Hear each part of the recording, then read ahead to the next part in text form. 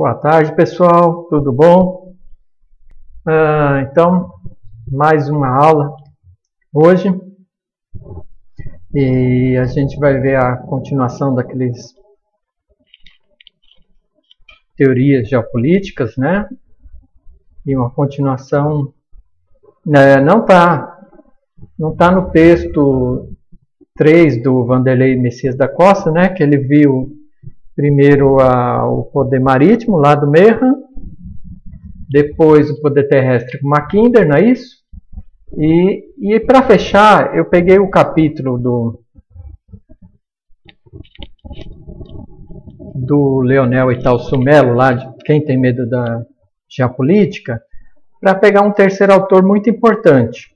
Por quê? Porque ele vai ser a base da geopolítica dos Estados Unidos da pós-Segunda Guerra Mundial e até o dia de hoje, de alguma forma, né? A base. Então, ele vai ser importante para fechar os outros dois autores, que um é o poder marítimo e o outro é o poder terrestre, não é isso? Esse ele vai fazer um meio termo, ele vai achar que ele nem o poder marítimo, nem o poder terrestre, mas uma área intermediária na Eurásia que tem um peso estratégico muito grande, né? Que ele vai chamar de Rhineland. Então, ele vai construir uma teoria ali a partir do Mackinder, mas depois alterando, né, avançando, criticando Mackinder, a partir do Mackinder, né? Mas ele vai fazer suas proposições, atualizar pelo contexto ali da Segunda Guerra Mundial. Então, quem que é o autor aí, né? Tá lá no texto, Quem Tem Medo da Geopolítica, quem tiver interesse, tá, gente? Essa é uma aula complementar. Quem que é esse autor aí da geopolítica importante, né? Olha lá, Nicholas Spykman, né? Pode falar Spykman também, né? Eu vou falar aqui Spykman, tá? E a geopolítica do Rhineland, né? Que é a teoria que ele vai defender aí, né? Então, Nicholas Spykman, ele é natural da Holanda, né? E ele migrou para os Estados Unidos, fazer seus estudos nos Estados Unidos. E depois, ele é de 1893, né? Ele vai morrer em 1943. Antes de acabar a Segunda Guerra, ele morreu de câncer novo, né? Com 49 anos. Então, ele vem fazer seus estudos nos Estados Unidos e se torna professor da Universidade de Yale, né? Ele era geógrafo e geoestrategista. Trabalhava com as relações na área de relações internacionais na universidade, né? Então é importante entender o contexto, né? O contexto que ele está ali vivendo, né? Que é desse contexto que debate um período bem estável, o período entre guerras, né? Vamos falar desse período entre guerras, né? Esse contexto aí que vai levá-lo a formular essas teorias geopolíticas ali, que vai ser a base dessa geopolítica dos Estados Unidos. Então, ele, nesse período entre guerras, né, um período conturbado, né, havia um grande debate no mundo inteiro, nos Estados Unidos, né, aí como potência mundial, né, já um debate, né, entre, que o Leonel coloca lá, né, entre a preservação da paz e a política externa. Eram duas questões assim inconciliáveis, né, e excludentes: preservação da paz e a política externa dos Estados Unidos, né. Então, eram políticas naquele momento excludentes, né? Não tinha como. Ainda assim, também o contexto, aquele contexto de ascensão do nazismo, né? O expansionismo da Alemanha nazista, né? Ou do fascismo também na Itália, governos expansionistas, né? No Japão também, não é isso? Império no Japão. Então, tinha um debate muito grande, né, nessas relações internacionais entre o que a gente discutiu no Mackinder, entre o idealismo e o realismo político, né? o idealismo apostava naquela resolução dos conflitos, né, das guerras, ou antes de chegar às guerras, né, através de acordos, né, acordos diplomáticos, e nos ideais da democracia, né. Agora, o realismo político, né, que o Leonel vai falar depois até como uma realpolitik, né? Realpolitik é aquela política pragmática, não é isso?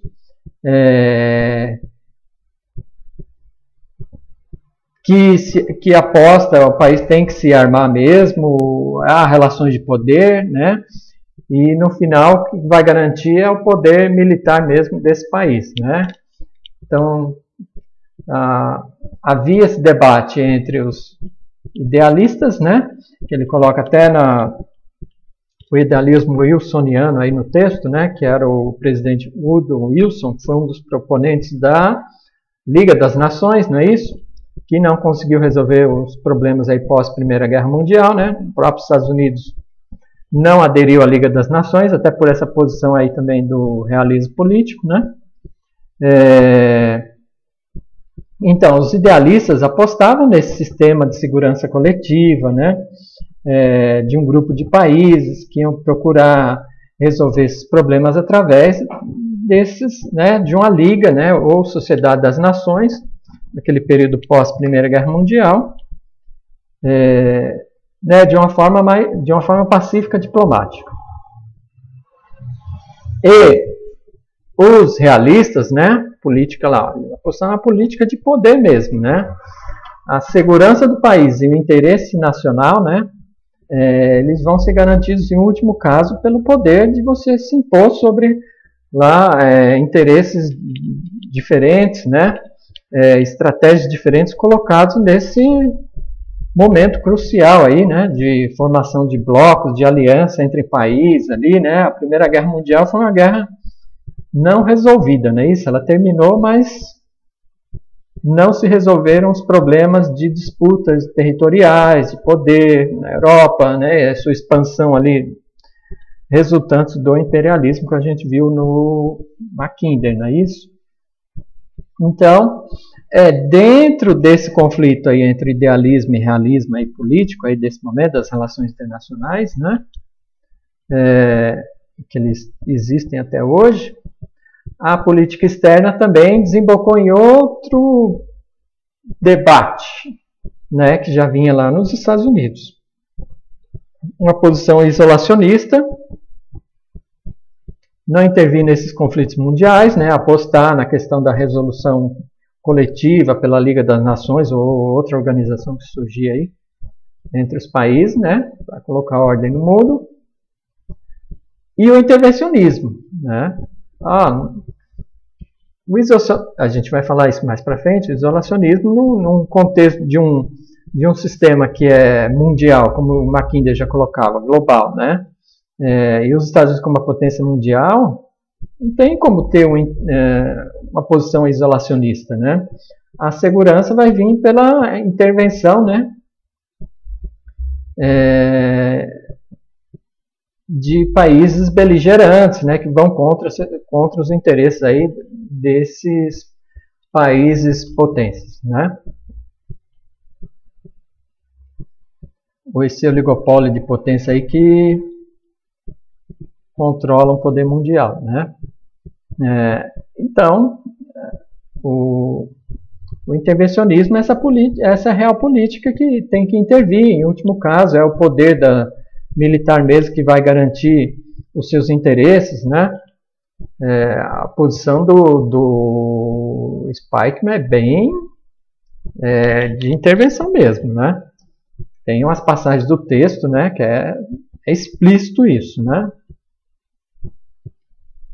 Então ele está vivendo esse contexto aí de entre guerras, onde tem todo esse debate aí, né? Realismo, idealismo e isolacionismo, que era uma política dos Estados Unidos veio fazendo aí durante muito tempo, né? Mas agora como potência mundial não tem mais, né, como sustentar essa posição de isolacionismo, né?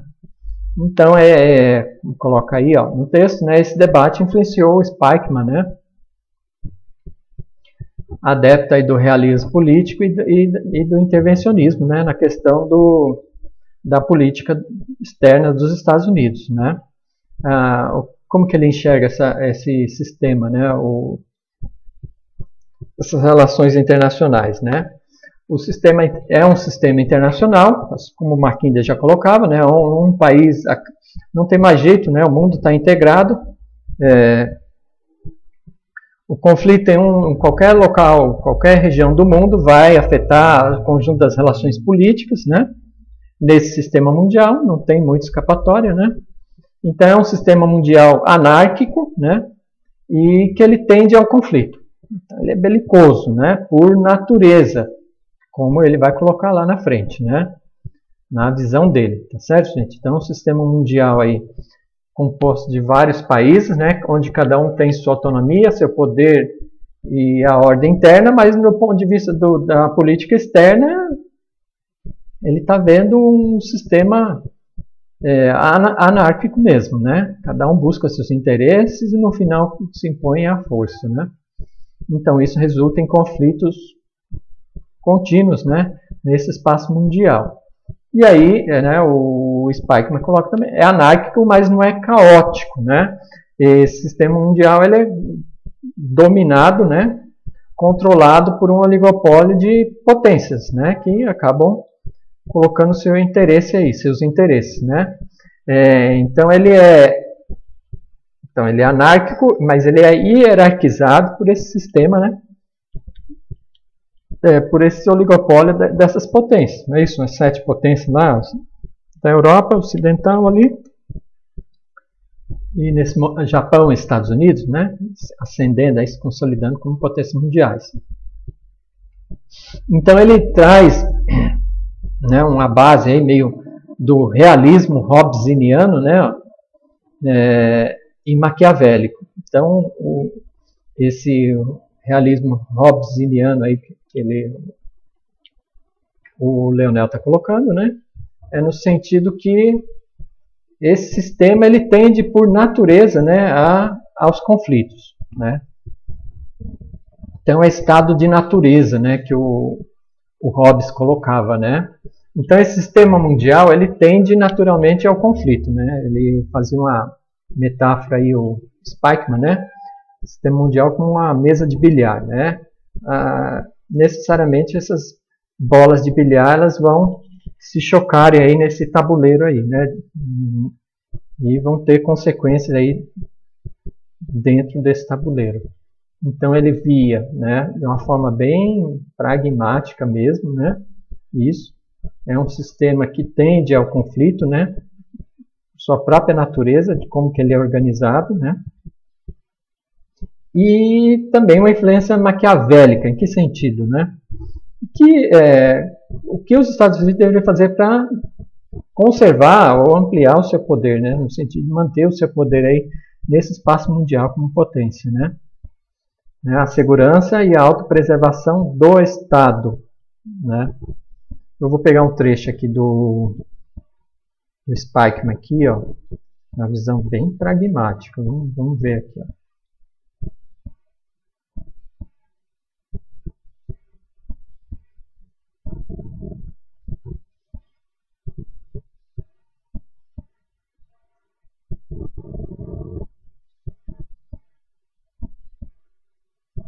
Aqui, ó, na página 96, é isso aí, ó.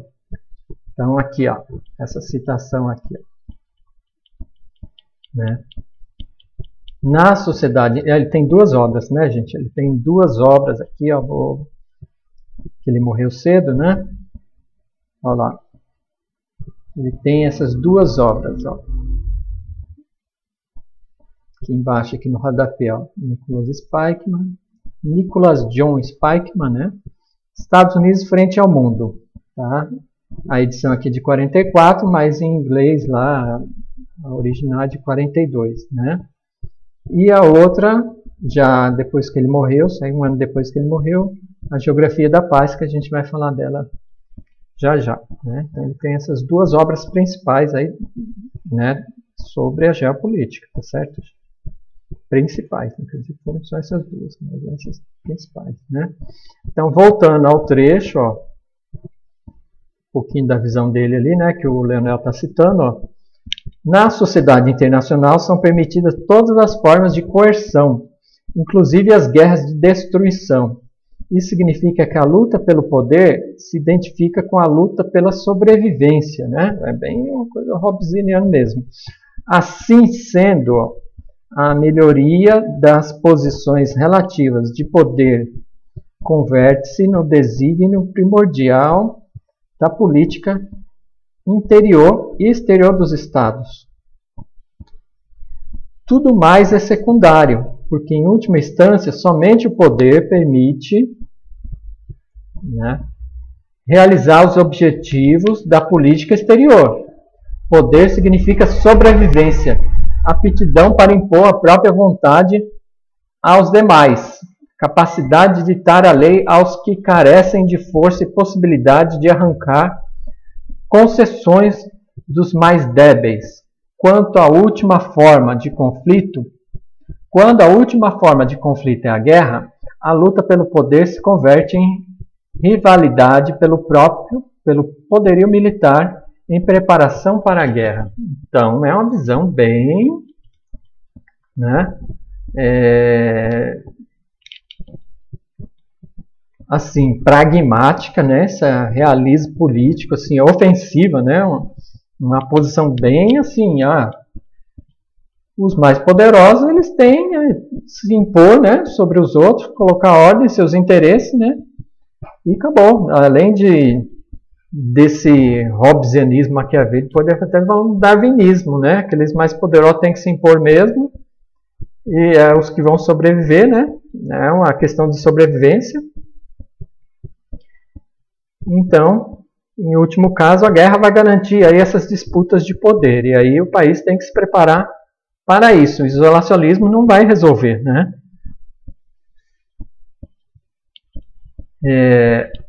Então, só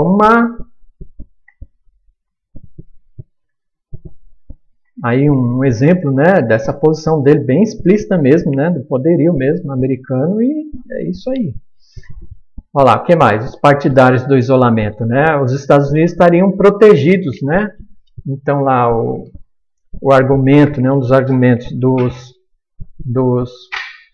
isolacionistas lá, né? Defendia a posição de isolamento dos Estados Unidos, quer dizer, os conflitos mundiais estavam principalmente, né, localizados aonde? Na Eurásia, como o Mackinder colocava, não é isso? Principalmente na Europa. As querelas, né, que o Leonel fala, até as querelas, né, aquelas querelas infinitas da Europa, né, os Estados Unidos vão ficar lá metendo sua colher naqueles conflitos que não vão acabar nunca, né? Então os defensores aí do isolamento, né, achavam que os Estados Unidos, por estar separado aí pelo Oceano Atlântico e o Pacífico, né, da Eurásia, estaria protegido aí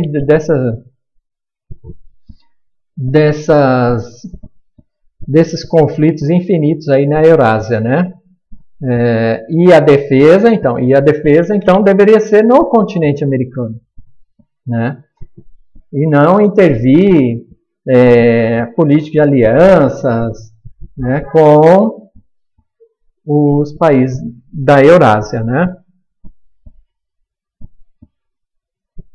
Que mais, ó? E o Spykman ele vai criticar, né? Vai fazer uma crítica, né? Ele fala, pelo contrário, a defesa, né? Parece o Mayhan, lembra daquela defesa ativa lá do Mayhan, né? Duas defesas passiva e ativa.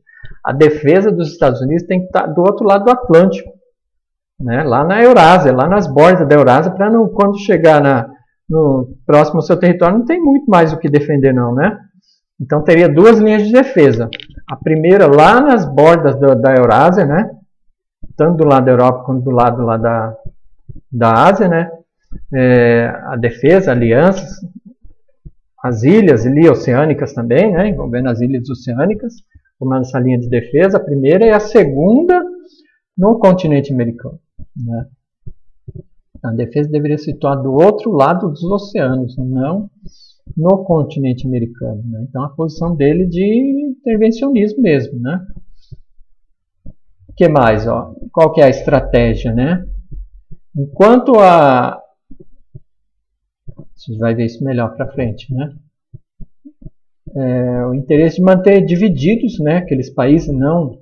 Se houvesse uma única potência que unificasse o poder na Eurásia, isso seria prejudicial para os Estados Unidos, porque inevitavelmente ela ia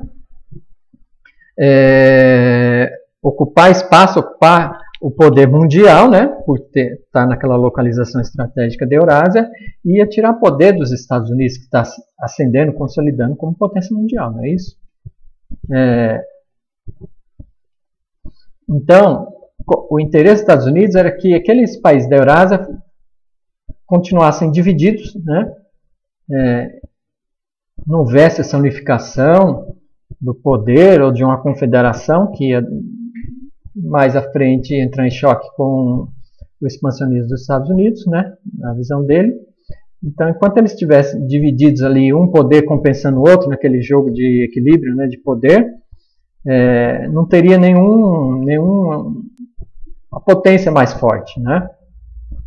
Então, manter aqueles países divididos, né? Dividir para reinar, né? O famoso ditado latino, né?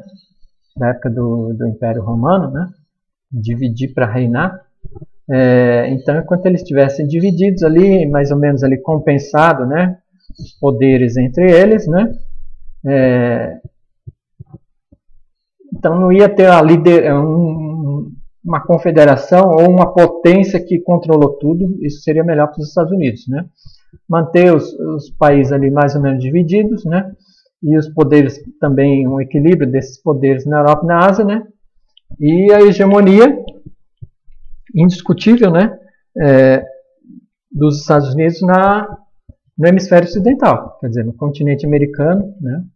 Todo o continente americano, dos dois lados, né? Do lado do Atlântico e do lado do Pacífico, né? E o isolacionismo, né? Eles apostavam em uma visão geopolítica regional, né? De garantir ali o poder no continente, né?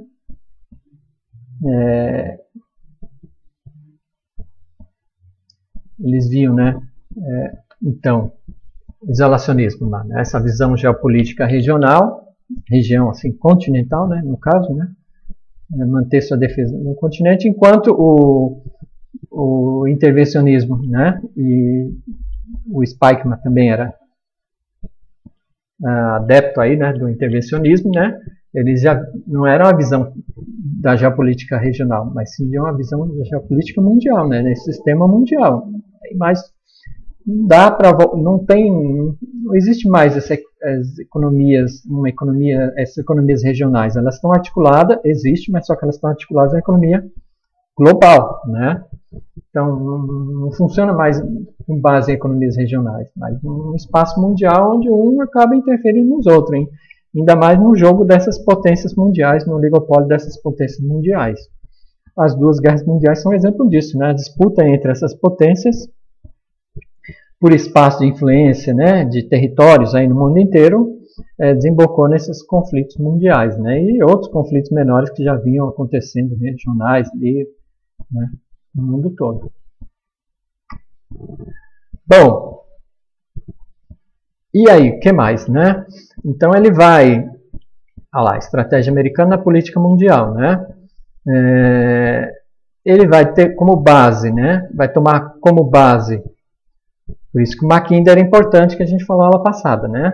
O Mackinder vai influenciar uma série de geopolíticos aí, que vem depois dele ali, né? Não tem como, pode criticar, pode elogiar, mas não tem como não, de alguma forma, né? Ter um diálogo, de alguma forma, né? Com a geopolítica do Mackinder. Não tem como ignorar, né? Falem bem ou mal, mas falem de mim, não é isso? Então, ele traz essa visão do sistema mundial, né? Do Mackinder. Não tem mais jeito, o mundo está articulado, integrado com essas potências, comércio articulando tudo, circulando, disputa por regiões, né? Essa industrialização, os meios de transporte articularam tudo, está mais complicado, né? Mais complexo esse espaço mundial e ele tende aos conflitos, né? Então isso ele traz do Mackinder, né? Olha lá, e o isolacionismo ele não é o avestruz que enfia a cabeça na areia, né? Não vê a dimensão planetária do sistema internacional e os avanços da tecnologia bélica, né? Articulando, assim como os meios de transporte, né, avançaram aí muito, as guerras sempre são momentos onde as tecnologias dão um salto, não é isso, gente? Então, ele vai falar, por exemplo, da aviação militar, né? E aí ele vai criticar o Mackinder. Por quê? A aviação militar, ele vê a Segunda Guerra Mundial, né? A aviação, da Primeira Guerra Mundial para a Segunda Guerra Mundial já teve uma diferença muito grande, né? Da força aérea, né? No combate aí entre os militares. Ele vê a força aérea como uma força estratégica, ela ganhou autonomia, ela intervém, não dá para manter aquela posição isolacionista, né? Mesmo no continente. A força militar, né, os aviões, eles ganharam muito poder de deslocamento, rapidez, de carga, né? Então não dá para ficar mais isolado. O avião não é, e isso ele critica do Mackinder, que o Mackinder ainda viu o avião como uma força secundária da Marinha ou do Exército, né? E o Spikeman não, ele já vê uma guerra tridimensional, né?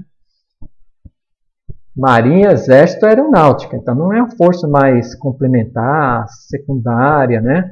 As outras duas, é uma força estratégica e tem um peso, né, grande aí nos conflitos, e a autonomia que ela alcança não tem como mais se isolar, né, numa política mundial. Olha lá, né? Desenvolvimento da aviação militar torna obsoleto uma defesa hemisférica, né? Então ele já está defendendo esse poder aéreo, né? Traz essa diferença das geopolíticas anteriores, né? O poder marítimo, o poder terrestre, né? E essas forças militares aí respectivas, o embate entre essas forças. Não, agora tem mais um componente aí, né? Importante, que é o poder aéreo, né? Tem a geopolítica do poder aéreo, mas ela não dá para falar que tem um autor principal, né? Tem um italiano já no século XIX falava disso, né? Aí depois vai vir, acho que o inglês, mas não vamos falar que o Spikeman é o geopolítico do poder aéreo, né? Não, a geopolítica dele é a do Rinland, mas ele está falando, né, dessa importância aí, né, esse período da Segunda Guerra Mundial, o poder aéreo adquire, né? Então, né, não existe mais isolamento no sistema de relações políticas e econômicas e militares globais, né? Ele fala, isso aí seria uma posição suicida, né? Essa política de isolamento, de avestruz aí, né? Seria uma posição suicida frente a esse desenvolvimento tecnológico, os meios de transporte, os meios militares aí, não tem mais como se isolar, vai ter que, né, ter uma política mais agressiva, intervencionista, né? Dentro das relações internacionais. O que mais? Olha lá, que ele traz do Mackinder, né? A divisão da superfície em grandes blocos, ilhas, continentes, né? Mais ou menos, né? Ele vai ver, ele vai tomar como base,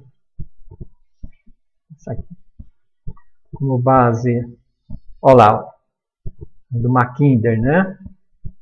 Onde está lá a área pivô, né? O Heartland, o anel marginal aqui interno, aqui dentro da Eurásia, aqui, ó, circulando aqui, né?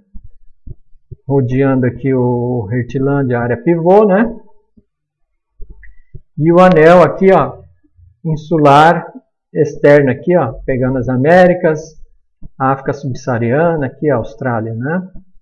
Então a visão do Mackinder aqui, ó, né? O Heartland na área central aqui do globo, né? E um oceano aqui circulando a ilha mundo aqui, né? Ásia, Europa e Norte da África, que é a Ilha Mundo, né? Então, ele vai pegar como base algumas coisas do... Vamos ver isso, né? Do Mackinder, né? A divisão da superfície em grandes blocos, ilhas, continentes, né? Mas vai alterar algumas coisas. A gente vai ver, vamos falar disso já já, né? Isso, olha lá. Então, o Mackinder, ele trabalhou com a projeção de Mercator, né? Lembra a projeção de Mercator, né? Aquela projeção cilíndrica, tendo como base a... essa aqui é mais ou menos de Mercator, né? Tendo como base a Europa no centro do mapa, né? Essa aqui é Mercator, né? Isso, olha lá, bem distorcida ali o hemisfério norte, né? As latitudes maiores têm uma desproporção muito grande do tamanho, né? Para manter o ângulo aí dos continentes e a forma. Então, o que ele vai ser diferente aí, né? Do Mackinder? Então, ele não vai trabalhar essa projeção de Mercator, né? Ele não vai ver o mundo desse sentido. Tanto é que o Mercator teve que colocar o continente americano dos dois lados, né? No final, nessa projeção, tendo como centro aqui o Heartland, né? Não, o Mackinder, ou Spikeman, ele vai pegar uma projeção azimutal, ó, projetada a partir do Polo Norte, aqui, ó. Né? Deixa eu ver se tem uma melhor aqui, gente. Não, só estou com essa azimutal aqui, ó. Então, olha lá. Projeção a partir do hemisfério norte, né? Do Polo Norte, né? Mais precisamente, né? Onde a gente vê aqui, ó, né? O continente eurasiano aqui. Ali como se fosse um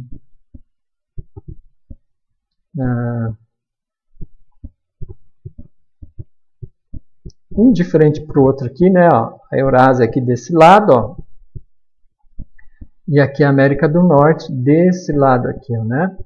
E os outros continentes, ó, né? A África, a Oceania e o resto da América, se afastando, né? Nessa área central aí e numa posição secundária a esse cenário aqui, ó, destacando aqui, né? Então ele traz essa mudança aí, né? Por isso que a aviação seria importante também, ó, cruzando aqui, né? É muito mais próximo do que aparenta aquele mapa, né? Uma projeção cilíndrica, não é isso? Ó? A América e a Europa e a Ásia, né? Do outro lado do mundo, não é tão do outro lado do mundo, né? Se a gente vê numa projeção, né? A partir do Polo Norte, né? Elas estão mais próximas ali, né? É claro que tem o mar glacial ártico aqui no meio, mas a aviação, os mísseis, tornam essa área, né, muito mais próximas. Então, por quê? O conflito principal, né, que ele está vendo vai ser, né, entre esses países aqui, né, tanto na Eurásia quanto, no caso, os Estados Unidos, já que o Canadá e o México aqui na América do Norte, para ele, falou que uma força não tem importância, né? Não vai ter influência na política americana. Pelo contrário, às vezes até um apoio, né? Claro que a população da Eurásia é gigantesca, o território é muito maior, os recursos também, mas por isso manter dividido, né, os países aqui da Eurásia, né? Brigando entre eles aqui, porque aí os Estados Unidos têm um excedente de poder que pode, né, então, se impor sobre esse território aí que é principal, né? Que mais? Então ele traz, né, uma projeção azimutal diferente do Mackinder, porque também ele vai se apoiar um pouco no Mackinder, mas vai trazer uma visão diferente também, né? Olha lá, as conclusões, né, disso. Ó, ele vê essas 3 ilhas continente, né, no sul, ó, né, a América Central, a América do Sul, o resto da África e Oceania, né, e as relações principais, ó, Estados Unidos e as extremidades da Eurásia, né? Vão ser determinantes na política mundial. Vamos ver isso aí melhor, né?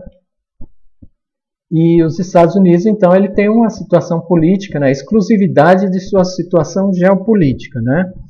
Então, porque ele tem esse domínio incontestável em todo o continente americano. Ninguém vai fazer frente aos Estados Unidos. Então, o continente americano é essa área onde ele pode concentrar, né? Crescer o seu poder, não é isso? O domínio, para ir enfrentar o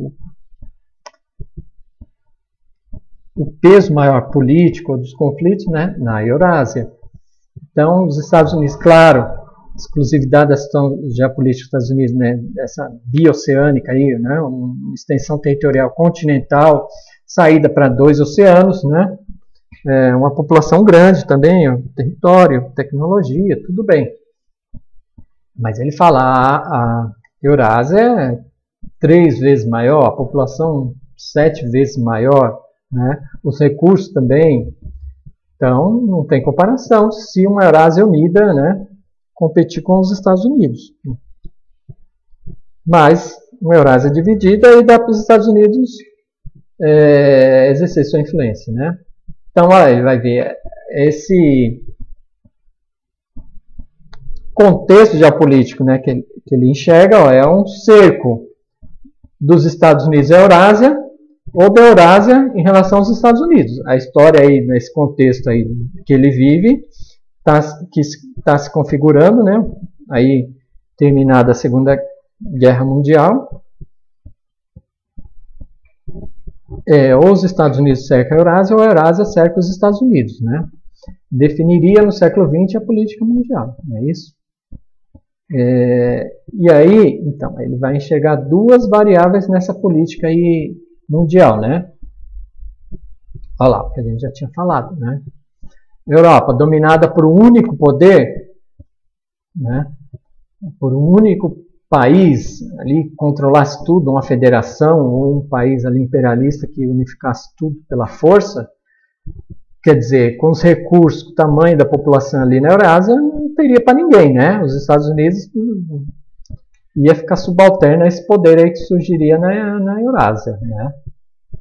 Dominaria o hemisfério ocidental, não teria escapatória, né? Agora, se ela se mantiver dividida, né, com um equilíbrio de poder, os Estados Unidos teriam esse excedente de poder para exercer seu controle, seu domínio, ou tentar, né, na Eurásia, né? Então, lá, ó, a influência de Mackinder no Spykman, né? Ó, contenção da Rússia, que é uma força centrífuga, né? Agora, diferente, né, do Mackinder, ó, preocupação ofensiva nipo-germânica, né? Uma força centrípeta, né? Então, vamos lá no mapa para a gente discutir essa parte, né? Então, Mackinder via, né, essa expansão, né, essa força centrífuga, né, saindo do centro para a periferia lá da Eurásia, não é isso? Do Heartland para as áreas periféricas, né, com saída para o mar, tanto da Europa quanto da Ásia, né? Então ele via em algum momento a Rússia ali se desenvolvendo, ocupando, crescendo naquela região, né, crescimento econômico, e se expandindo então buscando uma saída para o mar, né? Tanto do lado da Ásia, do Oriente Médio, quanto da Europa Oriental ali. E o Mackinder vai ver Mackinder, né? E o Spykman vai ver uma força centrífuga, né? Tentando conter esse expansionismo. Tanto é que isso que eu esqueci de falar agora. O Spykman foi um dos precursores dessa política da contenção, né, do poder ali que surgiria na Eurásia, ou da contenção da União Soviética, né, na Guerra Fria. Então, o precursor dessa política, né, da Guerra Fria, que teve lá a bipolarização, né, União Soviética e Estados Unidos, foi o Spykman, né, que é o que ele está colocando aqui, ó. né? Então o Mackinder enxergava uma força ali, como é que fala? Quase indomável, né? Que ia se expandir do centro ali do continente eurasiano, não é isso? O Hertland, para as regiões periféricas ali. E o Spikeman não, ele via a força de contenção, né? No entorno, todo o entorno ali do Hertland, né? Na Eurásia, né? Na Europa e na Ásia, que ia fazer uma estratégia de cerco, né? E foi o que aconteceu. Esse expansionismo do Hertland. Ele não acreditava muito não, né? É uma região... Ele vai falar, onde que é a área mais ocupada da Rússia? É na Ásia ou na Europa? Né? Onde está a capital da Rússia? Está na parte da Europa, na planície lá do Volga, né? O clima mais ameno. Lá na Sibéria, um clima muito difícil, relevo, né? Partes tem relevo montanhoso, um deserto gelado, não é isso? Na Sibéria, um clima rigorosíssimo, né? Apesar dos recursos naturais, mas muito difícil de ocupação, né? Tanto é que a maior ocupação da Rússia está na parte europeia, né? A oeste dos Urais, não na planície siberiana lá, congelada, ou na tundra, né? Então, muito difícil a ocupação daquela região, por mais que houve, né? Com a expansão das ferrovias, né? A Transiberiana, mas muito difícil, né? A ocupação até lá o Pacífico, né? Mas ao longo dessas ferrovias, né? E mais ao sul aí da Sibéria. Então, né?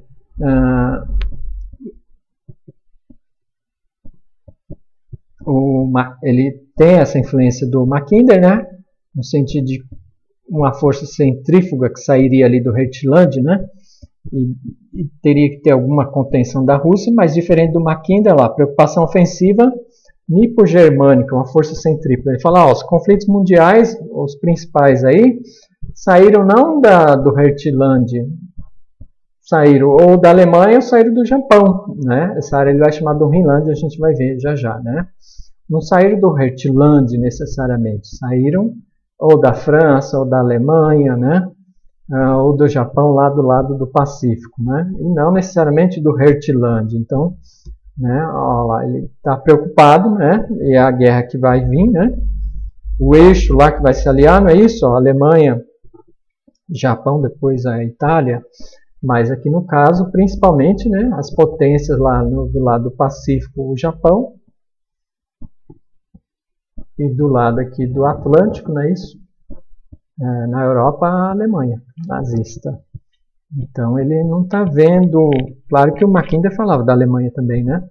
Mas dava um peso muito grande a questão do Hertland, né? Ele está vendo, os conflitos estão surgindo na área periférica do Hertland, as potências, né? O expansionismo, não necessariamente no Hertland, que é bem complicado, né? Do ponto de vista físico ali, sua ocupação. Bom, e aí ele vai falar também, né, se esses países do eixo aí, né, aliados aí na Segunda Guerra Mundial, né, tinha os aliados, né, isso, e os países do eixo, né, Alemanha, Itália, Japão, né, se eles saíssem vitoriosos, né, a única possibilidade de defesa seria a integração econômica e política do continente. Sim. Se esses países saírem vitoriosos, controlar ali a ilha continente, né, como Mackinder falava, o único jeito dos Estados Unidos ali tentar contrapor é controlar toda a América. Tem um governo dos Estados Unidos, né? Os outros países, na visão do Spikeman, tá certo, gente? Os outros países são economias deficientes, né? Não tem um grande crescimento econômico, não tem condição de liderança, os Estados Unidos vai ter que impor ali a sua força, unificar todo o continente americano e impor o seu governo para fazer frente, ou tentar fazer frente a essa vitória do eixo, né? Tem até tem um livro, né, gente? É o livro É o Homem do Castelo Alto. O Homem do Castelo Alto, esqueci o nome do autor, tem até a série, né, a série adaptada, que vai contar essa história. Se a Alemanha tivesse vencido, a Alemanha e o Japão, né, tivessem vencidos, né, a Segunda Guerra Mundial, como seria o mundo hoje, né? Então, ele vê a única saída dos Estados Unidos era controlar todo o continente americano, né? Exercer um governo ali, meio ditatorial, para fazer frente a esses governos totalitários, né? Agora, também, diferente do Mackinder, ó, ele pega a ideia ele não via assim necessariamente aquelas ilhas, continentes, né? Mas em termos de domínio, ele vinha, né, o exemplo que a gente já está falando, das pan-regiões. A gente vai ver depois o Haushofer, né? O Haushofer, ele via o que era pan-região, né? Ele via 3 eixos de poder principal. Na verdade, é um pouco isso mesmo. Hoje, não tão explícito quanto o Haushofer colocava, né? Mas pouco isso que ele colocava, ó. Os Estados Unidos controlando todo o continente americano aqui, ó. Todo o hemisfério ocidental, né? Aqui, ó, o Hertland aqui, ó, a Alemanha, ou a Rússia, né? Quem vencesse aqui contra o Hertland, ó, ou a Alemanha aqui, ó, destacada aqui, não é isso? Ou a Rússia, ó, controlaria toda essa pan-região aqui, ó, Euráfrica, né? Euráfrica. Enquanto do lado do Pacífico, ó, aqui uma zona meio indefinida aqui, então, de transição, e do lado do Pacífico aqui, ó, Japão. Naquele momento, né, o Japão, a potência, ocupou lá a Coreia, ocupou a China, né, aqui ainda essa região do Sudeste Asiático também, algumas ilhas. Ó, zona de coprosperidade asiática, né. Então, essas pan-regiões, né, controladas por potências ali, assim, nesse território, né, de influência deles ali, nessa região, né, de cada potência. Então ele também enxergava além daquela questão do Hertland, né, o Hertland, o anel marginal aqui, o anel externo aqui oceânico, né, ele enxergava também o controle dessas pan-regiões, né. Olha lá, a política de cerco, né, dos Estados Unidos em relação à Alemanha nazista, ó, pelo Atlântico aqui, ó, e os aliados aqui dessa região, e pelo lado do Pacífico, cercando, né, o imperialismo japonês aqui do lado asiático. Vamos lá, vamos continuar, né? Então, ele chegava a essas pan-regiões do Haushofer, lá, o general geógrafo, né? Geopolítico da Alemanha nazista, né? Olha lá, se a vitória fosse dos aliados, né? Duas alternativas lá para esse mundo pós-guerra, né? Pós-segunda guerra. O Império Universal Superestado, né? Uma federação, um império unificando aí Europa e boa parte da Ásia, né? Ou um superimpério, né? Controlando tudo, uma potência. Ou um sistema internacional, uma confederação lá de estados, né? Um grupo de potências, né?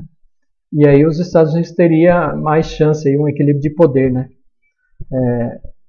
Na Europa e na Ásia ele teria mais chance de equilibrar esse poder também, né? Enfrentar esse poder. Agora, se surgisse aquele superestado, aí ia ficar difícil, né?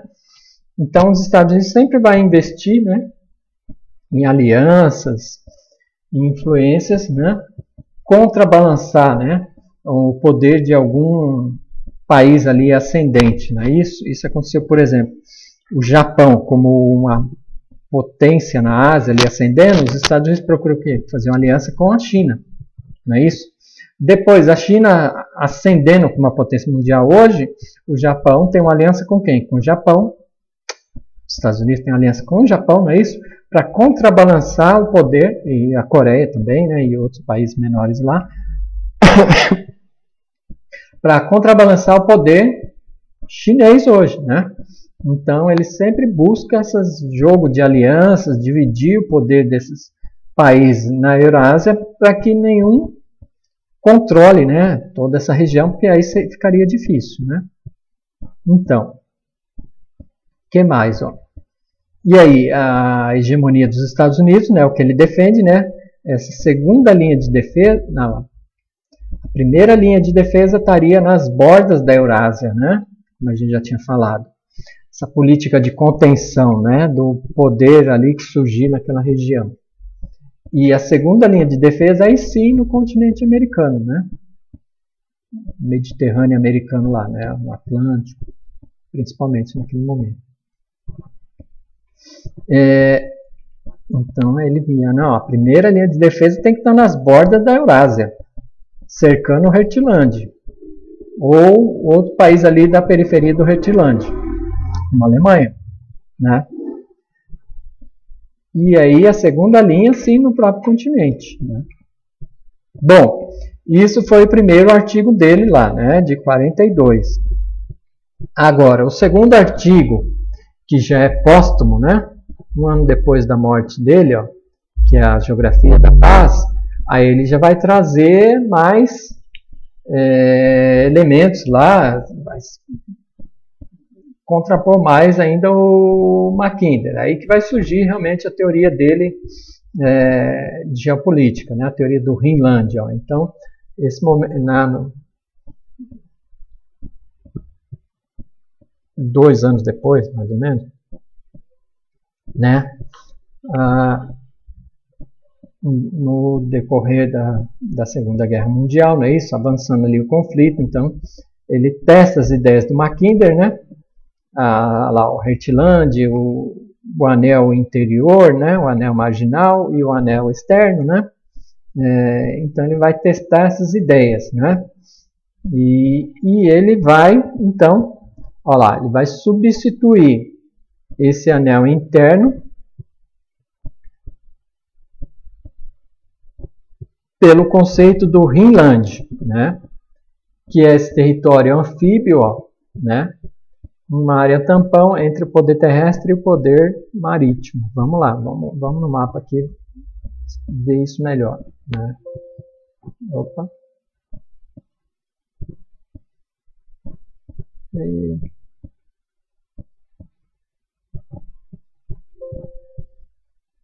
Tá faltando um mapa, mas eu vou ter que pegar um outro mapa. Só um segundinho, pessoal. Vou ter que pegar um outro mapa aqui.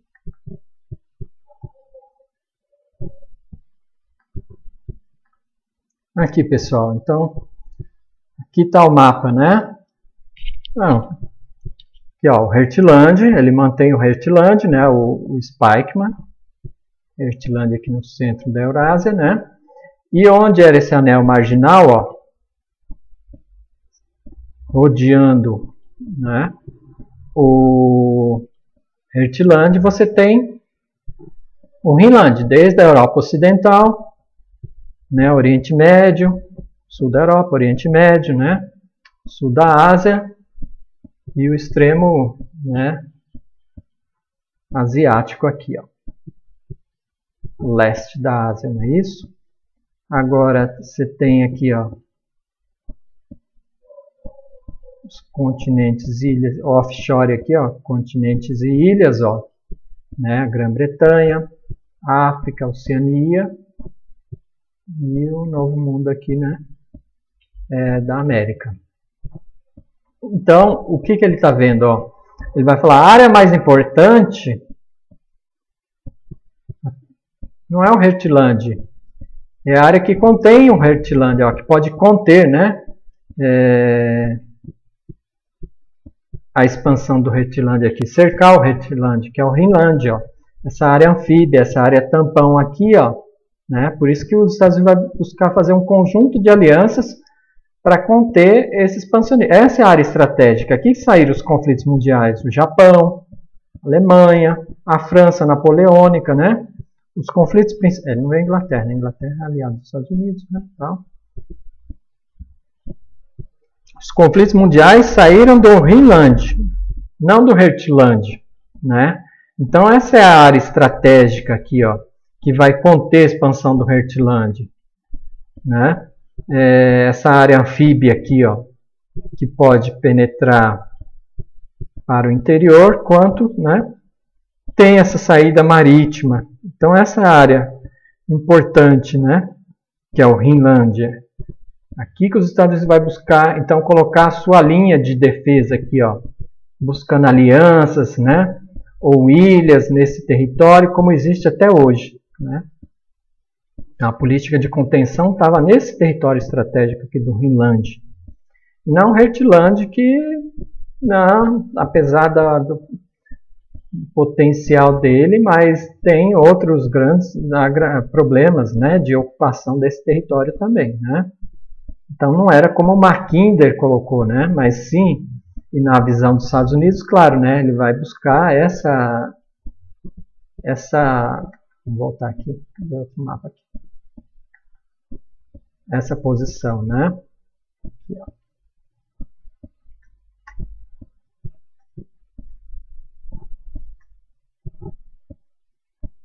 É isso aqui, ó, esse mapa aqui também é interessante, né? Os Estados Unidos aqui, ó, tanto do lado do Atlântico, buscando esse cerco, né? E a aliança aqui, ó, no Rhineland aqui da parte da Europa, Oriente Médio, sul da Ásia e o extremo asiático aqui, né? O leste da Ásia também, ó, cercando essa região do Hurtland, né? Controlando ilhas, postos avançados, né? Para exercer essa política de cerco sobre essa região, senão seria o contrário, né? Seria a América aqui, ó, cercada por esse poder que viria, né? Olha lá, o cerco do Novo Mundo, né? O cerco da América, que viria de algum poder aqui da Eurásia. E aqui o cerco do mundo antigo pelo poder dos Estados Unidos, né? Então, vamos botar lá. Vou perder aqui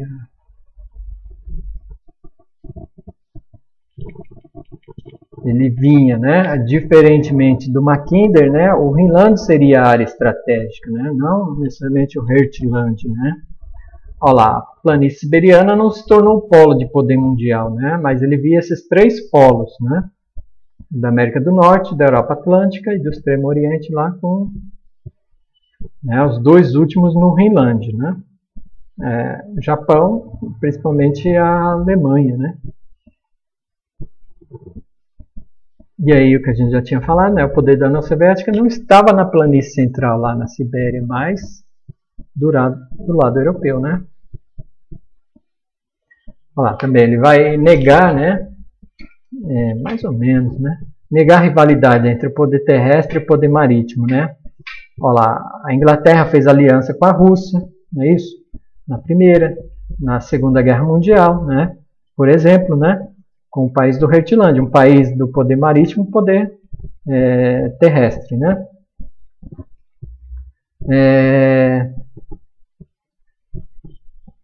A Alemanha fez aliança com o Japão também, né. Não necessariamente o Hurtland, né. Então, ele vai dar uma série de exemplos históricos de conflitos, né. Por exemplo, então, a Inglaterra fez aliança com a Rússia no período da França Napoleônica, não é isso? A França acabou invadindo a Rússia e se deu mal, né? Então havia aliança com a Inglaterra e com a Rússia. Contra a Alemanha nazista, a Inglaterra não fez aliança com a França, que era até inimiga dela, né?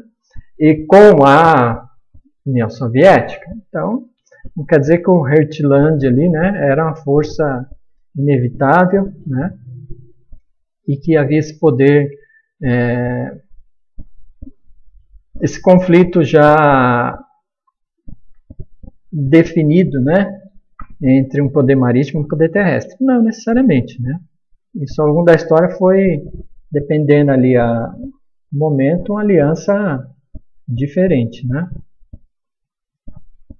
Olha lá, como eu já havia falado, né, as guerras vieram do Rinlândia ou de ilhas, né, ali no Rinlândia da França, né, napoleônica, da Alemanha, né, e do próprio Japão. Então, ó, o Spykman lá, né, vai inverter a frase do Mackinder, né, lembra a frase do Mackinder? Quem controla a Europa Central controla o Heartland, quem controla o Heartland controla a Ilha Mundo, quem controla a Ilha Mundo controla o mundo, não é? Que o Mackinder falava, né? O Spike vai falar o seguinte, ó, quem controla o Rinland domina a Eurásia. Quem domina a Eurásia controla os destinos do mundo, né? Então a importância maior está no Rinland e não no Heartland, né? Claro que a posição dos Estados Unidos de uma potência oceânica, né? O que mais? Né, ele vê lá a Rússia, né? Tem lá tanto a parte na Europa quanto na Ásia, seria fundamental para equilibrar o poder, né? Entre a Alemanha expansionista e a China, né? Também, né? Logo depois a China também se tornou comunista, aí ficou difícil para os Estados Unidos, mas depois houve, né, cisma, né, uma divisão, né, apesar das duas comunistas lá, a China e a União Soviética, houve um cisma lá no período do Mao Tse-tung, não é isso? Que os Estados Unidos buscou se aliar com a China, né, para diminuir o poder exatamente da União Soviética, né? Então esse jogo de aliança ele é bem variável ali, né? Para manter aquele equilíbrio de poder, né? Que o Spykman seria mais importante para os Estados Unidos, e é o que ele faz até hoje, né?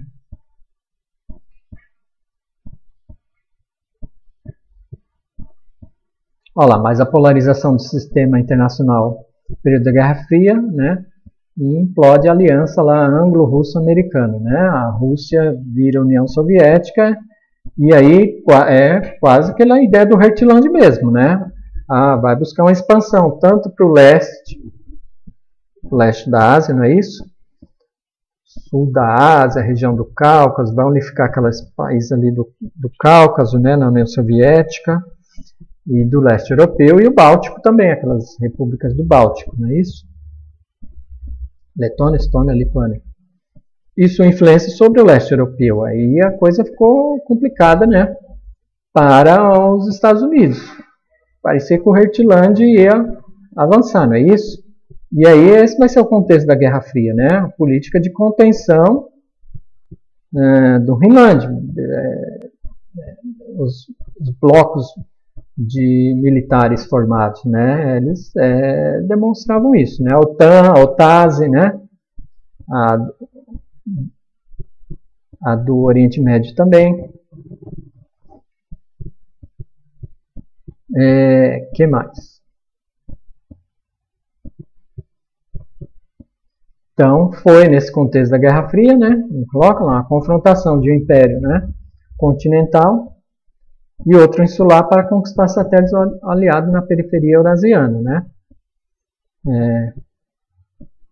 Então, nesse contexto da Guerra Fria, né, que o Heartland lá com a União Soviética se fortaleceu, os Estados Unidos vai buscar, então, na política do Rinland lá do Spykman, né, conter lá, ó, Rinland, centro nevrálgico da disputa americano-soviética, né?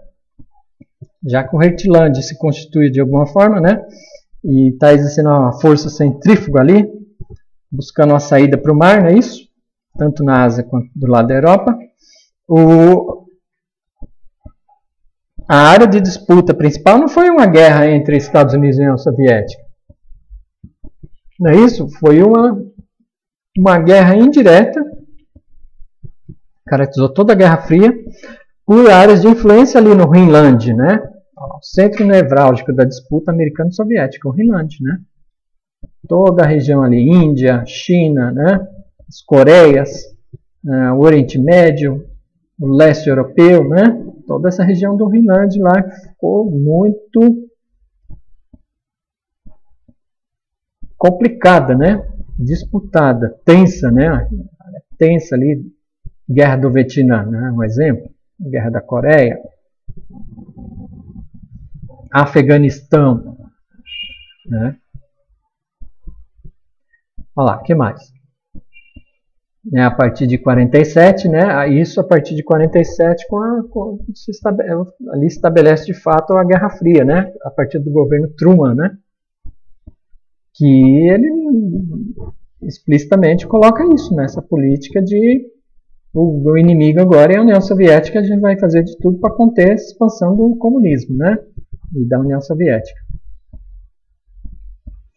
Olha lá, e o que ele defendia sempre, né? A chave da supremacia americana, né? O avanço dessa primeira linha de defesa para o Rinland, né? Olha lá, o velho continente, né? Tanto do lado da Ásia da Europa, né? Os países anfíbios, né? E aí os Estados Unidos vai fazer um conjunto de alianças, né? Fortalecer o Japão, Coreia, os tigres asiáticos, eles vão se industrializar, os recursos do plano Marshall, não é? Vai ser destinado a quais países? Claro que ele ofereceu a União Soviética, claro que não quis, porque senão ia cair ia ficar na esfera de influência dos Estados Unidos. Mas de fortalecer a Europa Ocidental, de fortalecer o Japão, né? Para conter a expansão soviética, né? Então essa área do Rinland foi essa área que ficou muito disputada, né? Para conter o Hertland lá soviético. Olha lá, então ele vai colocar, né, a matriz, ó, Hertland e Rinland no final, né? Porque o Spikeman ele atualizou, né? Atualizou a teoria do Mackinder, né? Então essa matriz Hertland e Rinland influenciou a geopolítica e a estratégia dos pactos militares de aliança, né, no pós-Segunda Guerra Mundial, né? Que é a OTAN, a Organização do Tratado do Atlântico Norte, não é isso? Cercando ali a União Soviética do lado europeu, não é isso? A OTASE, deixa eu só pegar aqui, gente, que eu não lembro o último bloco lá. A OTASE, a Organização do Tratado do Sudeste Asiático, né? Então, pegando ali Japão, Coreia, os tigres, né? A Indonésia, fazer aquele cerco do lado lá do Pacífico, né? E a organização, deixa eu só pegar aqui que eu esqueci, é Centro, só esqueci o nome, é Centro, só um momento, gente. Olha lá, OTAN, OTASE e a CENTO, Organização do Tratado Central, CENTO, né? Aliança dos Estados Unidos com os países do Rinland do Oriente Médio, né? Então, de fato, né, os Estados Unidos, eles exerceram, né, tentaram de todos os meios controlar aquela região do Rinland, né, fazer aquela política de do cordão sanitário, né, a política do cordão sanitário ali na Ásia, né, se caísse lá o Vietnã, ia cair o Camboja, ia cair lá não sei quem, ia cair mais outro, né? Parecia bola de bilhar mesmo, né? Então tinha essa política do cordão sanitário, né? Isolar a União Soviética em todo esse Rinland. E ainda hoje isso existe, né? Contrapor esse poder russo, mas hoje você tem a China também, né? Dá uma embaralhada, que está no Rinland. E agora, como é que faz a ascensão da China, né? No próprio Rinland? Como os Estados Unidos vão reestruturar sua geopolítica para conter o expansionismo chinês, né?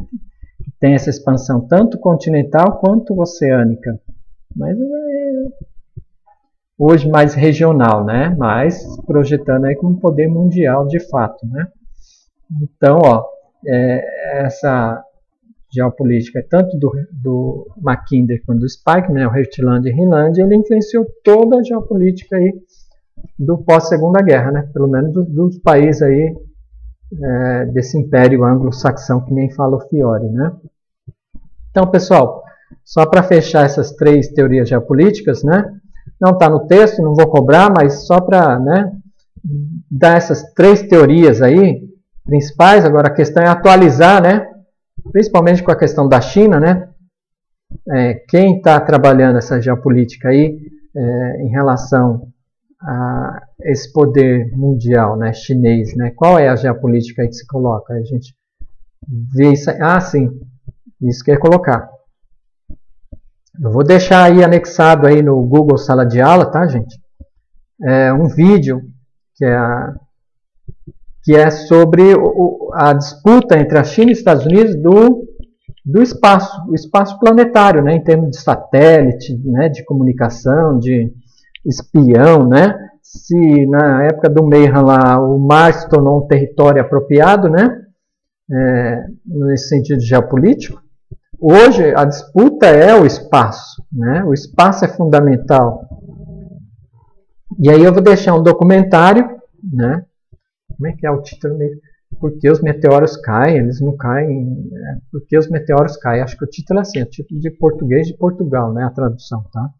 Mas que vai falar desse poder espacial, né? Dessa geopolítica hoje espacial e a disputa é principalmente Estados Unidos e China, né? Então esse documentário ele é muito bom, tá, pessoal? Não estou fazendo propaganda aqui não, hein? Não estou fazendo, mas já estou fazendo, né, de alguma forma, né? Assistam esse documentário que eu vou deixar lá o link, né? Que ele é fantástico, né? Essa estratégia desse poder espacial aí, né? Desse controle através dessa informação, né? Que é a sociedade que a gente vive hoje, né? A informação é fundamental. Quem controla essa informação tem uma boa chance de controlar aí esse poder, né? Então é isso, pessoal. Obrigado mais uma vez, né? E vamos continuando aí, né? Então, até mais.